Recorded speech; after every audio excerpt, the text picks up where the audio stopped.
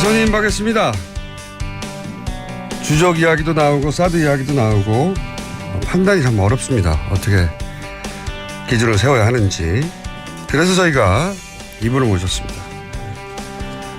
시대 지성 도울 김용욱 선생님을 다시 한번 모셨습니다. 안녕하십니까? 안녕하세요. 네, 선생님. 선생님 지난번 방송을 하고 나서 저희 청취자 게시판에 선생님을 좀 자주 모셔달라고 요청이 빌발쳤어요. 근데 워낙 방송을 잘 안 하셔가지고 제가 연락을 못 드렸는데 선생님이 미리 연락을 오셨습니다. 제가 한번 나가야 되겠다. 네. 근데 다른 얘기 하기 전에 최근에 로마서 강해라는 책을 한 권 썼어요.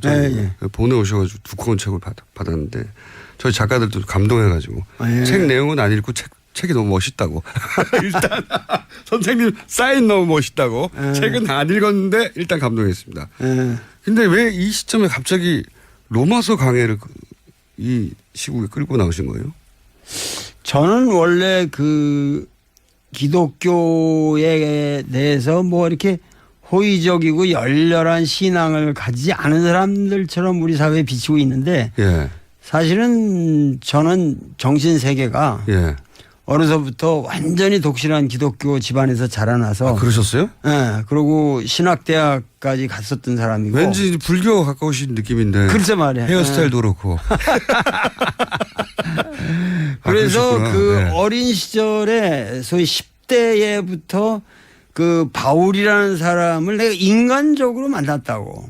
인간적으로. 그래서 그 바울과 해우한 내 인생의 뭐 50년, 뭐 정확하게 뭐 52년 동안의 사상적 투쟁을 요번에 총 결산한 거죠.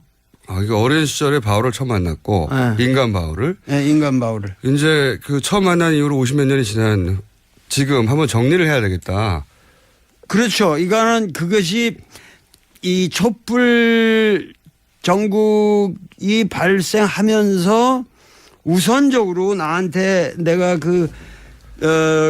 이제 촛불을 들고 나온 시민들, 국민들, 여러분들 속에서 막 이렇게 외치면서 바울뿐만 아니라 이제 예수의 십자가의 의미를 가장 서구 지성사에다가 명쾌하게 밝힌 사람이 바울이라는 인간이고 그래서 그때 야, 이건 우리 민족 전체가 십자가를 져야 할 문제가 아닌가 이런 생각이 그 군중 속에서 내 마음에 쏙 들어오더라고. 촛불 집회에 참석하셨다가 바울을 떠올리셨어요? 바울을 떠오르게 됐고 그렇다면은 이 시점에서 한 사상가로서 이 바울의 사상을 통해서 기독교의 본질을 얘기하고 그 기독교의 본질을 통해서 우리 민족을 좀 깊게 반성하게 만드는 그러한 계기를 만들 수 있지 않을까. 그게 어떻게 연결되는지. 연결이 잘 돼요. 자, 여러분 잠깐 설명해 주십시오. 촛불 집회에 갔다가 바울을 떠올린 사람은 그렇게 많지 않을 거거든요. 선생님은 왜 바울을 떠올리셨는지 이게 그리고 우리 지금 대한민국과 어떻게 연결이 되는 건지.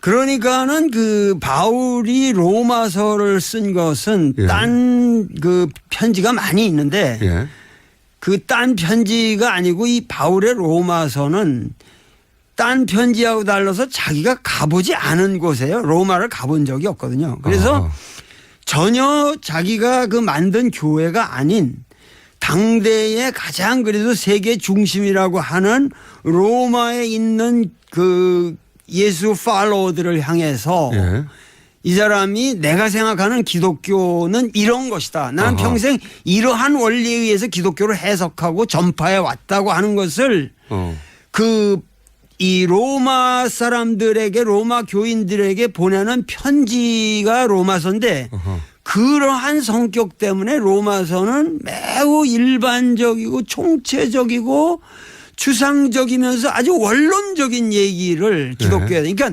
로마서는 성서 전체를 통해서 기독교의 총론이라고 말할 수 있는 거예요. 예. 그리고 기독교의 총론일 뿐만 아니라 이것은 서구 지성사의 총론이라고 볼 수가 있어요. 그런 의미가 있군요. 그래서 사실은 이 시점에서 내가 바울의 이것을 바울의 사상을 논했다는 것은 서구 문명의 가장 핵심을 한번 파헤쳐 보는 것이고 네. 오늘날 우리 대선 정국과 관련해서도 우리를 지배하는 것은 우리의 뿐만이 아니라 전 세계의 문제고 네. 이런 한국이 지금은 전 세계 지성인들에게 하나의 화두로 떠올라온 이 시점에서 예. 오히려 내가 무슨 광개토대왕비를 해석하는 것보다는 바울을 해석함으로써 우리나라의 상당수 국민이 기독교 교인이고 그들에게 기독교 정신을 일깨워서 오히려 우리 민족사를 한번 본질적으로 반성하고 그 얼마나 이 박정희 패러다임이라고 내가 부르는 여태까지 우리를 짓누르던 모든 정치 체계나 이러한 세속적 권력이 얼마나 잘못된 것이고 죄악의 덩어리였고 그 죄악의 삭은 사막일 뿐이라고 하는 그 어마어마한 논리를 나는 국민들하고 공유하고 싶었던 것이죠. 촛불을 저 질문 잠깐 했는데 10분 가까이 혼자 열변을 토하셨는데 선생님 말씀을 항상 듣다 보면 논리로 따라가지만 논리 이전에 선생님 표정과 말투에 일단 저 말은 맞는 것일 거야. 일단 설득부터 되고 시작되거든요. 근데 지금 말씀에 제가 이야기로는 그러니까 촛불 집회가 세계사적인 기준에서 볼 때 세계사를 관통하는 원리 원칙이 여기서 구현된 것이다. 이런 겁니까? 그러니까는 미국의 독립혁명보다는 훨씬 더 위대한 혁명이고 불란서 혁명이 인류사에서 어떤 근대 정신의 출발이라는데 사람들이 의심을 하지 않지만 그 불란서 혁명은 물론 인간의 자유와 평등에 관해서 아주 획기적인 전환점을 마련했고 그리고 루이 16세의 목을 자름으로써 길로틴에다가 세움으로써 그 여태까지 왕정 앙시앙 레짐을 끝내버린 사건이란 말이죠. 그런데 그거와 거의 유사한 그 어떠한 역사적 과업을 달성했을 뿐만 아니라 그것을 패러다임을 끝냈다는 것으로서 헌정 질서 속에서 아주 평화롭게 그 어마어마한 혁명을 실현했다고 하는 의미에서 이번 촛불혁명은 세계사가 구현하고자 하는 어떤 이상적 질서와 그 이념을 구현한 사건이죠. 그래서 거슬러 올라가면 결국은 서양 사상사의 근본이라고 해서 넘어서 하고 맞닿는다. 맞닿는다는 얘기죠. 이제 좀 이해가 됐습니다. 네네. 대단히 머리가 좋으십니다. 자, 그러면은 지금 이 책을 내신 이유도 사실은 그렇게 해서 절차적으로는 대선을 통해 그게 완성되어 가는 거잖아요. 그렇죠. 그렇죠. 절차적으로는. 국민들이 이제 그런 기회를 주었고 그게 대선이라는 절차를 통해서 완성되어 가는 건데 이번 대선에서 이제 크게 떠오르는 그 구체적인 사안들이 예를 들어서 사드 여기 떠오르고요. 그다음에 어제 토론회를 또 기준으로 해보자면 북한에 대한 태도, 북한을 주적으로 볼 거냐 아니냐 이런 거 이게 이제 같이 맞물려서 돌아가고 있는데 우선 제가 사드에 대해서 한번 여쭤보고 싶은 것이 사드에 대한 입장들이 이제 후보들마다 조금씩 다르고 또 왔다 갔다도 하고 그리고 국민들 입장에서 뭐가 맞는지 잘 모르겠어요. 근데 이제 중국 전문가시니까 사드 배치에 대해서는 선생님이 보시기에는 어떻게 바라봐야 되는 겁니까? 그 사드라는 문제에 대해서 정치가들이 조금 더 깊은 철학적 이해를 할 필요가 있고 국제 정세를 포괄적으로 파악해서 이걸 이해해야 한다고. 그러니까 사드라는 것 자체가 지금 전략적인 가치가 있느냐 없느냐 이런 걸 가지고 논의할 때가 아니에요. 무슨 얘기냐 하면은 여태까지 한국의 문제는 왜 북한이 여태까지 이 지경까지 이르렀냐 하면은 예. 그것은 미국 정부가 역대로 뭐냐면은 전략적 인내라고 하는 기본 기조가 예. 전략적 인내라고 하는 그게 그 말은 근사하게 보이지만 예. 개무시라고 개무시.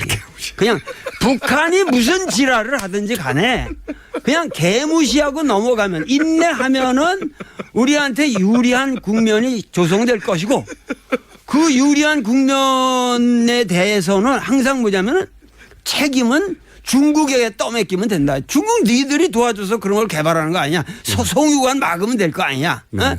이렇게 해서 미국은 미국 나름대로 중국을 핑계대고 개무시했고 중국은 대국의 입장에서 북한 문제가 중요하지만 이 핵 문제에 관한 한 그것은 니들 문제지. 그거는 미국과 너희들 사이의 문제지 우리 문제가 근원적으로 아니다. 그래서 그 문제를 미국에다 떠넘겼다고. 네. 그래서 양쪽에서 서로 개무시하고 떠넘기는 바람에 북한은 시간을 벌었고 네. 핵 개발을 할 수 있는 시간을 벌었고 그렇고 인정을 안 해주니까 아무도 주목을 안 해주니까 뭐 이 지랄 우리가 쇼를 한다는 거는 뭔가 이렇게 주목을 받기 위해서 하는 건데 아무도 주목을 하지 않으니까 점점 더 세게 나갈 수밖에 없잖아요. 북한은. 그러니까 네. 북한으로서는 인정을 받자는 거예요. 자기 존재감을. 그리고 뭐냐면 자기 체제를 최소한 보장해 달라는 거예요. 국제사회에서. 우리가 그렇게 나쁜 놈만은 아니다라는 거를 얘기하고 싶은데 그 얘기하는 방식이 결국은 핵 개발이 그나마 세계 정치사에서 그 주목을 받을 수 있는 가장 값싼 방법이에요. 그 비싼 게 아니고. 그들 입장에서는 자기 생존을 보장받는. 생존을 보장받기 위해서는 가장 첩경에 현명한 선택을 한 거예요. 선생님이 아니었다면 제가 중간중간에 계속 영어 선택을 좀 자제하려고 했을 텐데 어쩔 수가 없이 계속 듣고 있습니다. 자제하겠습니다. 네, 죄송합니다. 아니, 그런 거 신경 쓰지 마시고 계속 말씀해 주십시오. 징계는 저희가 받겠습니다. 그러니까는 그러한 상황에서 사드 때문에 중국이 개무시가 안 되는 거예요. 갑자기. 그리고 미국은 사드를 중국이 저렇게 아주 극적으로 반발을 하는데 여기서 후퇴라면 동아시아에서 뭐냐면 자기들의 세력이 근원적으로 약세로 몰리는 계기가 되기 때문에 중국이 계속 성장하고 있으니까. 그렇기 때문에 동아시아에서 전체 이 인터내셔널 폴리틱스의 이 아리나에서 미국이 아직도 최강자라는 것을 보여주기 위해서는 사드를 고집할 수밖에 없어요. 중국이 아무리 반대해도 여기는 내가 왕이다 아직도. 내가 왕이니까 니들이 물러나라서 우리가 물러날 미국이냐 감히 미국이. 그래서 한국만 갖다 대면서 막 지금 협박하는 거 아니에요. 그러니까 뭐 실제로 오지도 않았다고 그러는데. 쏙 이해되고 싶다. 그러니까는 그런 상황에서 사드는 아까 처음에 얘기했잖아요. 전략적 가치의 문제가 아니라 세계 정치사에 굉장히 비싼 밸류가 돼버렸어요. 가치가 돼버렸다고 지금. 가치 덩어리예요. 그러니까 이 사드 배치라는 거를 가지고 우리는 뭐냐면 진짜 정치를 할 수 있는 좋은 카드를 쥐게 된 거예요 지금. 그러니까 이 무기가 기능이 어떤지 이런 건 중요한 게 아니다. 중요한 게 아니지 그게. 그러니까 과거에는 개무시를 하는 그 판에서는 누구도 우리가 지금 노름을 하고 있는데 아무도 안 보는 노름이라면 그게 뭐 가치가 있겠어요? 근데 모든 사람들이 집중해서 지금 그 게임을 보고 있다. 이럴 때에는 다 패가 올라가는 죠 갑이. 근데 그때의 사드가 가장 지금 우리로서는 유리한 이 카드가 모든 따라서. 정치인들에게 주어졌는데 그리고 이거를 잘 활용하면 우리야말로 세계 평화를 이룩할 수 있는 위대한 민족이 될 수 있는데 왜 이걸 가지고 무슨 어쩌 전략적 가치니 무슨 주적이니 많이 이런 낮은 수준에 지읒 기억 소리를 하고 있느냐. 그러니까는 지금 우리가 얘기할 거는 이런 상황에서 우리는 트럼프라는 위대한 인간을 만났다 이거예요. 인간. 트럼프는 뭐냐면은 우리가 알아야 될 건 트럼프는 장사꾼입니다. 그렇죠. 예. 전쟁광이 아니에요. 예, 예. 어디까지나 미국의 이익을 중시합니다. 돈 되면 하는 거죠. 예. 돈 되면 할 뿐만 아니라 예. 철학적으로 말해도 예. 실사구시의 인간이에요. 실사구시. 사실은. 예, 예. 여태까지 미국의 정치인들이 근사한 것 같지만 그들은 말이죠. 한국에 대한 전혀 전문적인 지식이 없어요. 예. 그런데 이 트럼프만이 유독 예. 한국 문제는 이건 세계사적으로 중요한 문제다. 내가 나의 가장 핵심적 문제로 테이크 오버 하겠다. 예. 그러고 여태까지와 다른 자세를 보인 거예요. 오바마에 대한 컴플렉스 때문이라고 하는데 그건 중요하지 않고 어쨌든 중요하지 않고 예.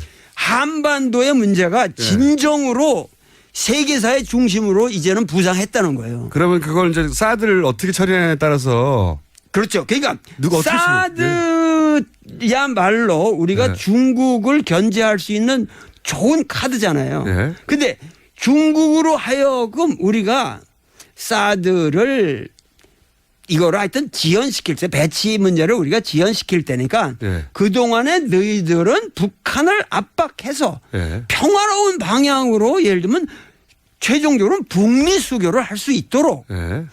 중국 보고 너희들이 도와줘라. 그러고 우리는 트럼프한테 이 상황을 이니셔티브를 우리가 주도해 가면서 네. 트럼프한테 조근조근 작은 이야기해 주는 거예요. 그 사람은 들어요. 얘기를 하면. 과거 이 사람은 되면. 무식하기 때문에 잘 듣는다고. 그래가지고 마음이 빈 사람이거든. 그러니까 가서 실제로 우리나라 여태까지 외교의 문제가 트럼프가 무식하다는 걸 전제로 해서 진실하게 접근을 해야 되는데 가서 우리 여태까지 외교가 미국에 가서도 전쟁 광처럼 북한 나쁜 놈들이다. 같은 민족끼리 이게 할 말입니까? 그러니까 북한을 당신들이 잘 대해주고 예. 이 문제를 평화롭게 해결하는 방향으로 나아가게 되면 예. 당신들이 사드 필요 없이도 뭐냐면 압록강까지 전부 당신들이 경제적으로 완전히 전선을 칠 수가 있고 그러면 중국을 이 견제하는 방법에 사드보다 북한과 북미 수교를 해서 북한을 당신의 그 우방으로 만들면 중국은 꼼짝 못하는 거 아니냐. 그렇게 또 미국한테는 얘기를 하고. 미국에다가 설득을 하면은 트럼프는 이러한 계기로 북핵 문제를 해결하고 북한이라고 하는 마치 악의 축인 것처럼 여태까지 이블 액세스로 여태까지 그 간주해왔던 모든 이 선입견을 불식하고 세계 평화를 이룩하면은 트럼프는 윈스턴 처칠보다 위대한 대통령이 되는 거죠. 정치가가 되는 거예요. 그런 기회를 우리가 만들어주는 트럼프한테 줄 테니 트럼프는 이걸 잡아라. 잡아라. 그렇게 사드를 활용할 수가 있다. 활용할 수 있다는 거죠. 중국에도 활용할 수 있다. 거꾸로 사드를 우리가 그 카드로 활용해야 된다는 말씀이시네요. 그러니까 지금 가장 중요한 것은 선거 때마다 북풍을 들고 나왔다고 사람들이. 그렇죠. 지금까지. 그래가지고 그걸로 협박을 해왔는데 이제는 그러한 식으로 북풍의 협박이는 안 통하는 새로운 시대가 왔다. 이것이 바로 장미 대선이다 이거예요. 이 장미 대선에서는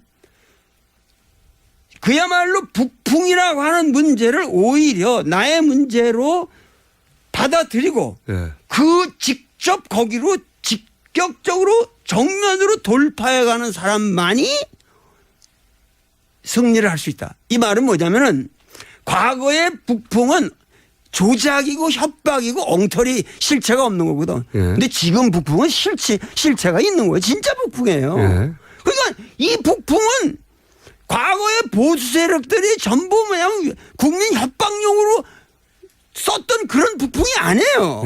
지금은 냉혹한 판단을 가지고 이것을 차근차근 우리가 해결해야 나가는 민족적 과제 상황이고 이것은 보수 진보를 가리지 않고 여기에 대해서는 이제 북한 문제는 전적으로 우리 전 국민이 이제 그거에 돌진해서 남북 문제를 해결하지 않으면은 정치적인 모든 문제가 의미가 없다고 하는 것을 각인시키는 새로운 대선입니다.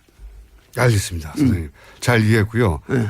시간이 벌써 이렇게 빨리 지나갔네. 아이고. 별 말씀 안 하셨는데 벌써 20몇 분이 훌떡.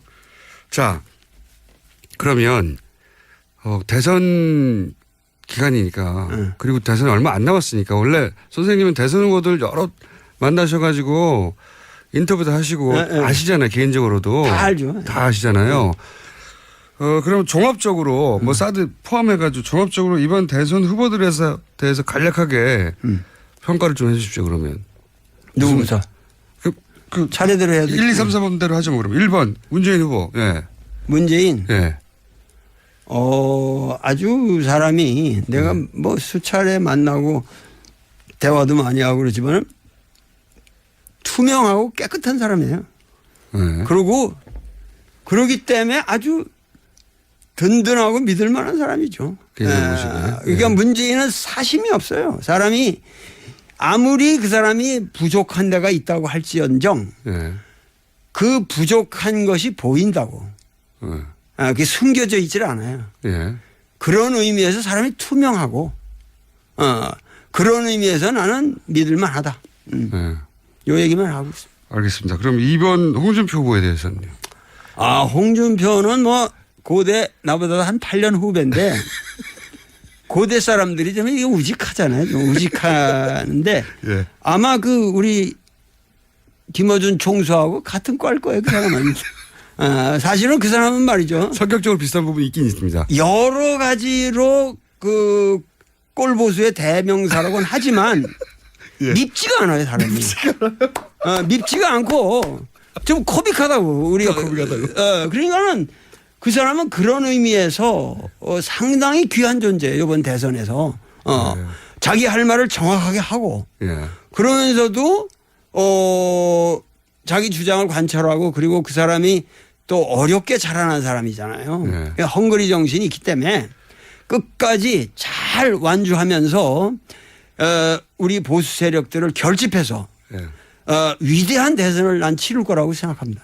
본인이 대변하는 보수 세력을 잘 대변하고까지 가야 한다. 예. 그리고 사람이 하여튼 괜찮은 사람이에요. 사람입니다. 예, 알겠습니다. 3번 안철수 후보에 대해서 또. 안철수는 좀 불투명해요. 잘 안 보여요, 내 눈에. 그래서 갑자기 다 칭찬하시다가 또 갑자기.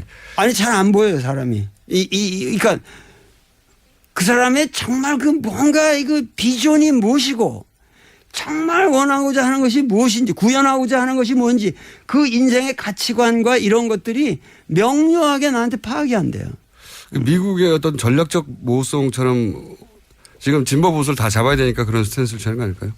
아니 근데 그런 것이 어떠한 논리적으로만 사람이 학습 능력은 상당히 있는 사람 같은데 그리고 무엇을 하나 이렇게 자기 인생의 화두로 잡으면 그걸 성취하는 그런 어떤 추진력도 있는 사람이 그건 확실한데 그것이 논리적 개발로는 안 된다는 거예요. 뭔가 가슴이 있어야 되고 어네스트 해야 된다. 진짜 정직해야 된다고. 근데 그게 이렇게 탁 팡샤 불교 용어로 뭘 이렇게 탁 놓고 있는 게 없어요. 항상 뭘 꽉 쥐고 있는다 하고 뭔가 베일에 깔려 있고 그래서 나는 조금 그리고 이런 목소리 같은 것도 요즘 최근에 진화해가지고 여러분 막 이렇게 되는데 난 그런 거는 영 마음에 안 드는 부분이고. 안철수 캠프에서는 또 다르게 생각하겠지만 지지자들은 아니 선생님의 평가는 알겠습니다. 예상과 다른 평가 계속 나오고 있습니다. 바른정당 유승민 후보는 어떻게? 바른정당 4번 유승민 후보는 원래 경제학자고 그 부친이 상당히 합리적인 판단을 하시고 사셨던 분이고 그 유승민도 꼴보수적인 모든 외교 안보에 관해서 나하고는 뭐 차원이 다른 생각을 하는 사람이지만 경제 문제에 있어서나 정치적인 어떤 행보에 있어서 자기와 다른 사람들을 존중할 줄 알고 굉장히 이 대선 토론회에서도 차근차근히 합리적으로 누구보다도 명쾌한 안정된 논리를 가지고 대안되는 의미에서 그 사람은 그야말로 우리나라 보수의 새로운 희망이라고 볼 수 있죠. 기대를 하시는군요. 자, 마지막으로 5번 심상정 후보에 대해서는요. 심상정이라는 사람은 대학교 시절에 서울대학교에서 여학생회를 그 사람이 만들었잖아요. 그렇죠. 그래가지고 그 회장을 스스로 했고 그러면서 그 졸업하자마자 구로공단에 그 의장 취업해가지고 동맹 파악을 유도했고 그리고 25년 동안 계속 도발이 인생을 거치면서 오늘날까지 우리 사회에 심상정과 같은 존재가 있다는 것에 대해서 우리는 정말 감사해야 됩니다. 모든 국민이 심상정을 빨갛다 이런 식으로 바라보질 말고 우리 사회의 귀한 자산이다. 그야말로 그 홍석현 회장이 언젠가 그 사회적인 통합을 얘기하면서 어느 누구 정권이 들어서도 그야말로 노동부 장관만은 심상정이를 시켜야 되고 노회찬 같은 사람이나 이런 사람들을 노동부 장관으로 시켜서 노동 문제를 다루게 해야 되지 않느냐. 난 이 말을 정확하게 되짚고 싶습니다. 시간 가는 줄 모르고 정말 빨리 지나갔습니다. 저희가 혹시 선생님 대선 전에 한 번 더 모실 수 있을까요? 잘 안 나오시니까 집에서. 한 번 더 하죠 뭐. 너무 감사합니다. 오늘 여기까지 하겠습니다. 지금까지 이 시대의 석학 사상가 도울 김영우 선생님이었습니다. 감사합니다. 네, 감사합니다. 네.